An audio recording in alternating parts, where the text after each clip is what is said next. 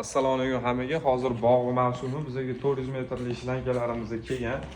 Sanchak firmasidan Turkiyaning mahsuloti. Bilasizlar, Sanchakka O'zbekistondagi ofitsialniy dilleri bo'lamiz. 16 diametrda 0.9 qalinlikda.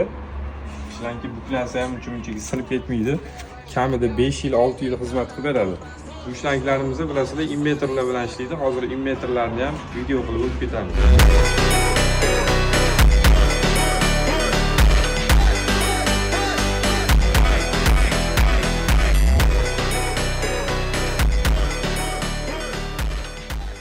Metrlarimizni ham qo'yib tayyorlab oldik. Bu qator bog'larda ishlash uchun tayyorlandi. Bunisi bo'lsa issiqxonalarda ishlash uchun tayyorlandi. Bu boshqa shlankalardan farqi, bunda 4 ta teshuv bo'ladi. 1 soatda 4 litr suv tomizib beradi. Bittasi to'lib qolsa boshqasidan chiqaveradi. Hozir bularni yoqib tekshiramiz. Ko'rsanglar bo'ladi. Mana bu 4 litrligimiz.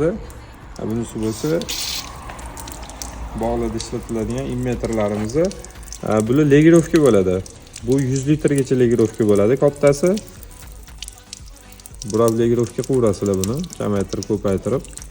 Bu xuddi shuni kichkinasi 70 litrgacha legirovka bo'ladi. Bular bo'lsa legirovka bo'lmaydi bu.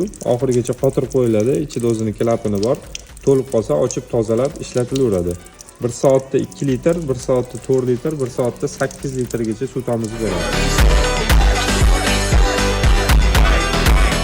Bizda faqat tomchilab sug'orish invertorlar emas, bizda 16, 20, 22 diametrdagi hamma fittinglarimizdan bor. Sifatlariga 100% garantiya beramiz. O'zbekiston bo'yicha eng arzon narxlarda xarid qilib ketsanglar bo'ladi.